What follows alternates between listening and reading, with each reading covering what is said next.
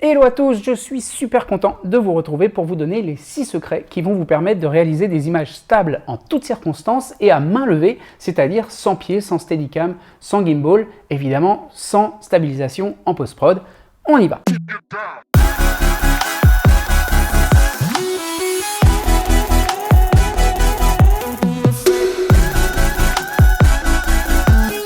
Alors mon premier secret, c'est que je tourne avec un boîtier stabilisé, en l'occurrence le GH5 qui me filme actuellement.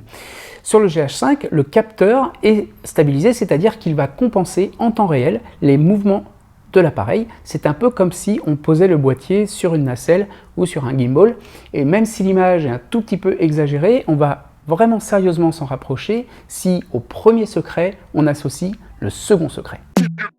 Alors le second secret, c'est que j'associe systématiquement au boîtier stabilisé une gamme d'optiques qui elle-même est stabilisée. Alors j'exagère un peu parce que voilà, j'utilise par exemple celui-là, le 25 mm, qui n'est pas stabilisé. Donc on le voit très bien parce qu'il n'y a pas de petit bouton qui va donner accès à cette stabilisation, contrairement au 1235 qui est ici et qui dispose d'un petit bouton On-Off OIS, Power OIS, qui est en fait l'accès à la stabilisation. Donc voilà, sur Off, on coupe totalement la stabilisation et sur On, la stabilisation de l'objectif et celle du capteur vont se combiner de façon à avoir un résultat encore plus bluffant. Alors le troisième secret, là on le voit clairement sur le GH5 qui est à l'image, j'ai ajouté autour du boîtier ce qu'on appelle une cage. Là c'est la marque Small Rig, une cage sur laquelle j'ai ajouté 2 poignées en bois. Alors l'ensemble de ce système, il a 2 objectifs. Le premier, c'est qu'il me permet de mieux prendre l'appareil en main parce que j'ai des mains un petit peu grandes et le boîtier, le GH5, est assez petit. Donc quelquefois c'est un petit peu difficile de le tenir selon la position dans laquelle on est.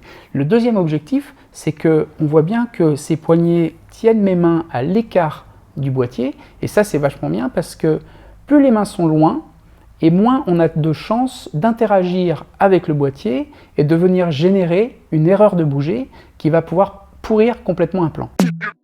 Alors le quatrième secret, c'est cette sangle que j'ai autour du cou et que j'ai donc fixée au boîtier.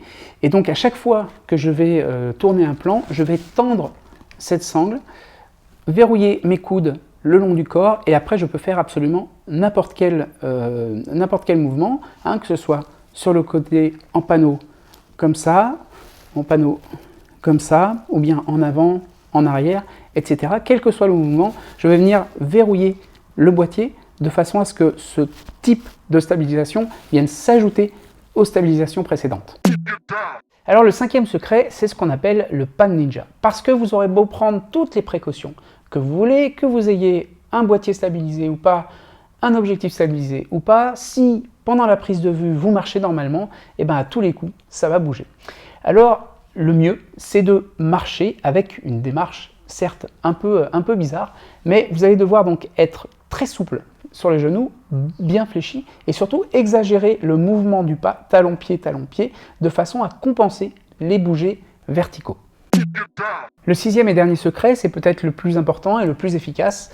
En tout cas, quand je veux qu'un plan soit stable à coup sûr, eh ben je le tourne à 60 images par seconde, c'est-à-dire que je vais générer un ralenti qui va être extrêmement indulgent avec les bougers.